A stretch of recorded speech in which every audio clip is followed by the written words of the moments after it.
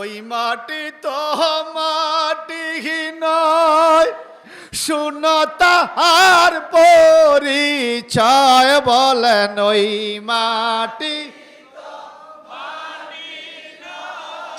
শুনো তাহার পরিচয়, মাটির কপাল খুলে গেল রে আমার নবীজির কদমে রে, মাটির কপাল খুলে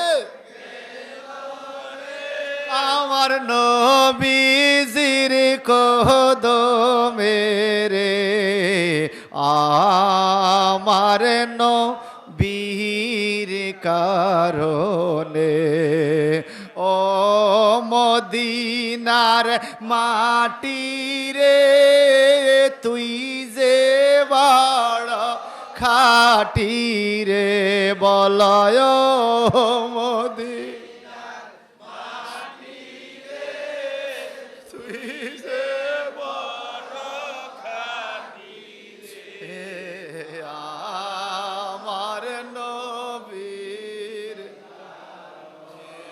আমার নবীর রওজার কিনারে হযরত আবু বকর আছে রে, আমার নবীর রওজার কিনারে হযরত আবু বকর আছে রে, শুধু নবীর খেদমতের কারণে, শুধু নবীর খেদমতের কারণে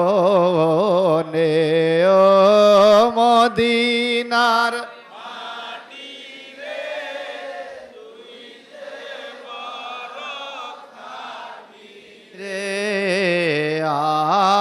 আমার হযরত আবু বকর সিদ্দিক বলে, সাহাবীরা রে, মদিনার মাটির কত দাম, আমি যখন ইন্তেকাল করব তোমরা আমার ওসিয়তটা শোনো। বলে আমারে দোয়াইয়া গোসল করাইয়া আমার খাটটারে নবীর রওজা মুবারকের দরজায় রাইখো। সুবহানাল্লাহ। কয় কেন? বলে আমারে জান্নাতুল বাকিতে কবরস্থানের জায়গা আছে, ওখানেও দিতে পারবা, তবে প্রথমে আমি পাগলা রে, আমি আশেকরা সাজাইয়া নবীর কদমে একটু রাখিও। কেন? যদি নবীর রওজা পাক থেকে অনুমতি আসে রে, আমারে নবীর কদমের কাছে দাফন করিও, যদি অনুমতি না আসে জান্নাতুল বাকিতে দাফন কইর। সাইয়েদনা হযরতে আবু বকর সিদ্দিক রাদিয়াল্লাহু তাআলা ইন্তেকাল হয়ে গেল। ওমর ইবনুল খাত্তাব রাদিয়াল্লাহু তাআলা, উসমান বিন নুরাইন রাদিয়াল্লাহু তাআলা, আবু বকর সিদ্দিক রাদিয়াল্লাহু তাআলা আর সাহাবায়ে কেরাম হযরত আবু বকর সিদ্দিক রাদিয়াল্লাহু তাআলাকে সাজাইয়া, মাওলা আলী সহ আবু বকর সিদ্দিকরে সাজাইয়া খাটটারে নবীর রওজা মুবারকের কাছে নিয়ে রাখছে। জান্নাতুল বাকিতেও কবর করা হচ্ছে, এখানেও রওজা পাকের কাছে খালাস দেহ মুবারকটা রাখা হয়েছে। এক একজন সাহাবী এক একভাবে আমার নবীরে ডাক দেয়। ওমর ইবনুল খাত্তাব চোখের পানি চাইরা কয়, নবী গো, ইয়া রাসূলুল্লাহ, আপনার হিজরতের রাতের সাথী আবু বকর, আপনার জান্নাতের বন্ধু আবু বকর, যে আবু বকর আপনার দিকে তাকাইয়া থাকাটা ইবাদত মনে করত, ওই আবু বকর সিদ্দিককে আপনার কদমের কাছে সাজাইয়া রাখছি গো নবী, আপনি যদি অনুমতি দেন আপনার রওজার পাশে তাকে দাফন করব, না হলে ওনাকে জান্নাতুল বাকিতে দাফন করব। ওসমান বিন নুরাইন কান্দে, কথা বলে, মাওলা আলী কথা বলে, চোখের পানি চাই না, বিনে বিনে কান্দে। একটু পরে তাকাইয়া দেখে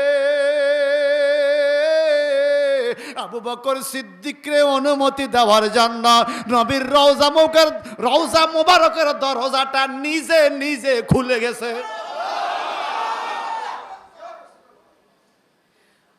আমার নবী আছেন মদিনায়,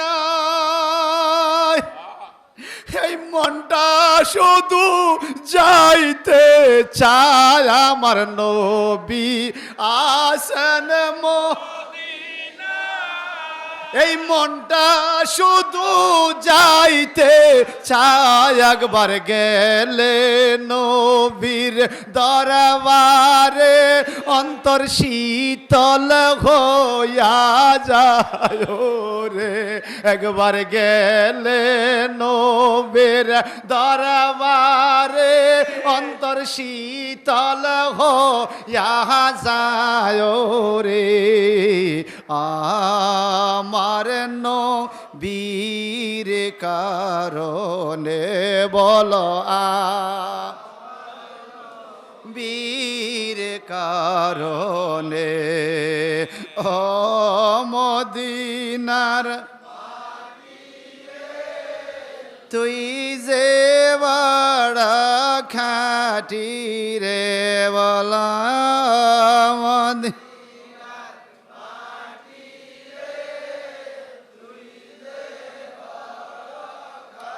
টিহিরে আমার নবীর কারণে হইরে আমার আমি কোন দিন জানি মই মরার তারিখ আমার জানা নাই আমি কোন দিন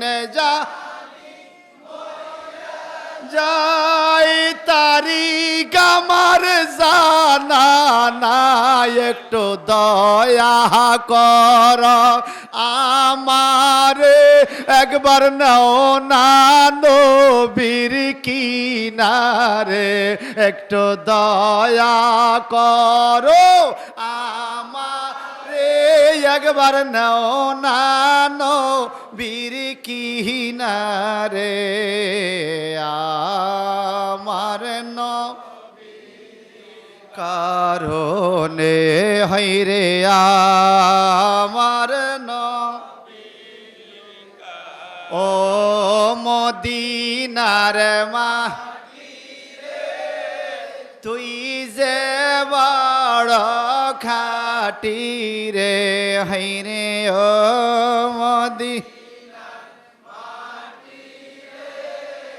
তুই যে বড় খাটি রে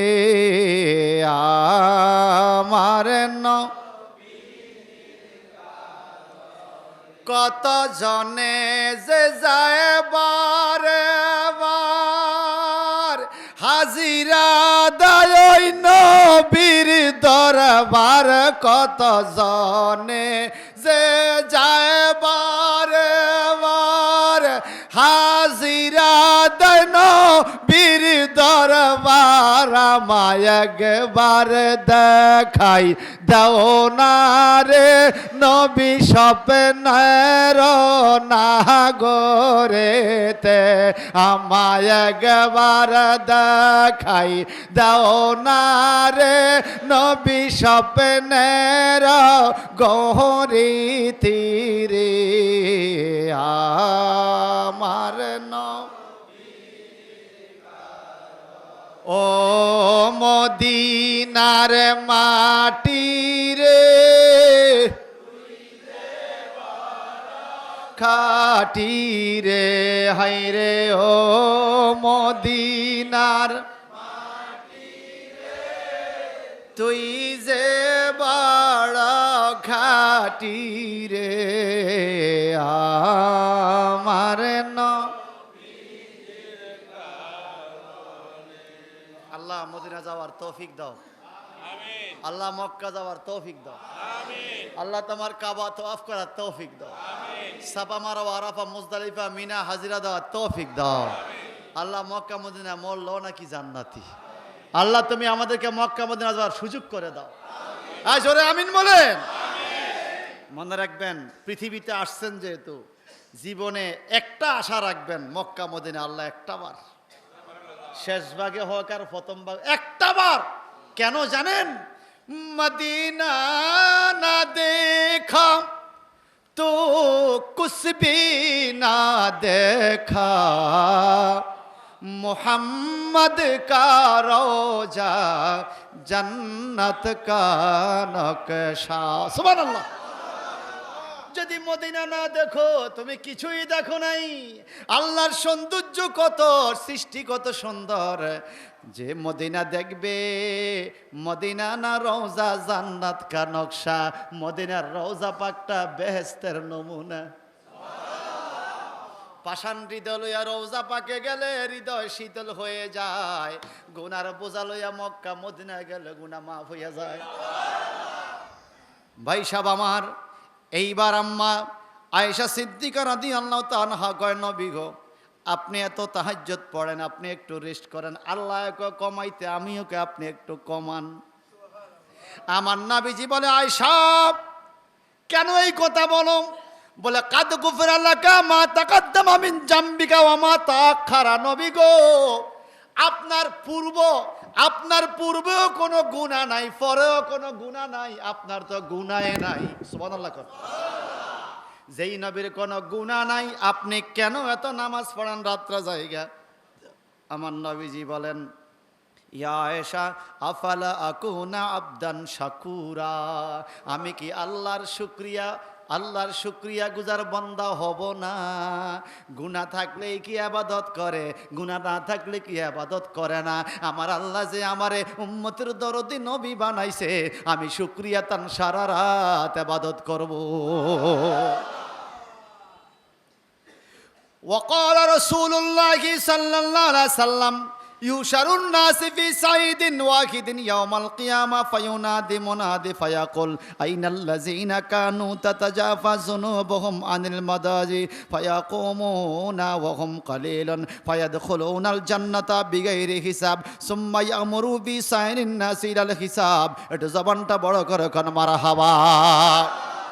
আম্মা আয়েশা সিদ্দিকা রাদিয়াল্লাহু তাআলা আনহা বলেন, বাইহাকি শরীফের হাদিস, রাসূলুল্লাহ সাল্লাল্লাহু আলাইহি সাল্লাম বলেন, শোনো জগতের মানুষ শোনো, নামাজ পড়লে কি হয়? তাহাজ্জুদের নামাজ আমি নবী পড়ে, এটা আমি নবীর আদর্শ। তোমাদের কেন আল্লাহ বলছে লাকাদ কানা লাকুম ফি রাসূলিল্লাহি উসওয়াতুন হাসানাহ, নবীর জীবনের মধ্যে তোমার জন্য উত্তম আদর্শ রয়েছে। আমি নবী তাহাজ্জুদের নামাজ পড়তাম। বরকত কি শোনো, কিয়ামতের ময়দানে আমার আল্লাহ যখন ইসরাফিল ফেরেশতাকে বলবে তুমি বাঁশির মধ্যে ফু দাও, ইউনফাকু ফিস সূরি ফাতাতুন আফওয়াজা, ওই ফেরেশতা বাঁশির মধ্যে ফু দিলে মানুষ দলে দলে হাসর ময়দানে হাজির হবে। সুবহানাল্লাহ। হাসর ময়দানে হাজির হলে মানুষের হাতের মধ্যে জীবনের ডায়েরি তুলে দিবে, জীবনের আমলনামা তুলে দিবে। আল্লাহ বলবে নিজ নিজ আমলনামা তোমরা পড়বা, নিজের বিচার তুমি নিজে করবা। আমার আল্লাহর নবী বলেন, যখন আমলনামা হাতে দিবে এর আগে আমার আল্লাহ কিছু মানুষকে ডাকবে, নির্দিষ্ট মানুষকে ডাকবে। আইনাল্লাযিনা কানু তাতাজাফা যুনুবাহুম আনিল মাদা, কয় কে আসো, কে তোমরা এদিকে আসো। কয় কারা? কয় রাত্রিবেলা যারা ফিটটাকে মাটিতে লাগাও নাই, অর্থাৎ তাহাজ্জুদের নামাজের জন্য গভীর রাত্রে যারা জাগিয়া গেছো এদিকে আসো। সুবহানাল্লাহ। কোন ফায়াকুমুনা ওয়া হুম কালিলুন ফায়াদখুলুনাল জান্নাতা বিগাইরি হিসাব। তখন আমার নবীজি বলেন, কিছু মানুষ দাঁড়ায় যাবে কিয়ামতের ময়দানে, তাদের ফিটের মধ্যে দাগ থাকবে।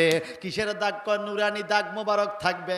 রাত্রিবেলা তারা জাগ্রত ছিল, তাহাজ্জুদের নামাজ পড়ছে, রাত্রিবেলায় তারা সালাতুত তাসবির নামাজ পড়ছে, রাত্রিবেলা তারা নফল নামাজ বেশি বেশি পড়ছে, ঘুমাইছে কম, ইবাদত করছে বেশি।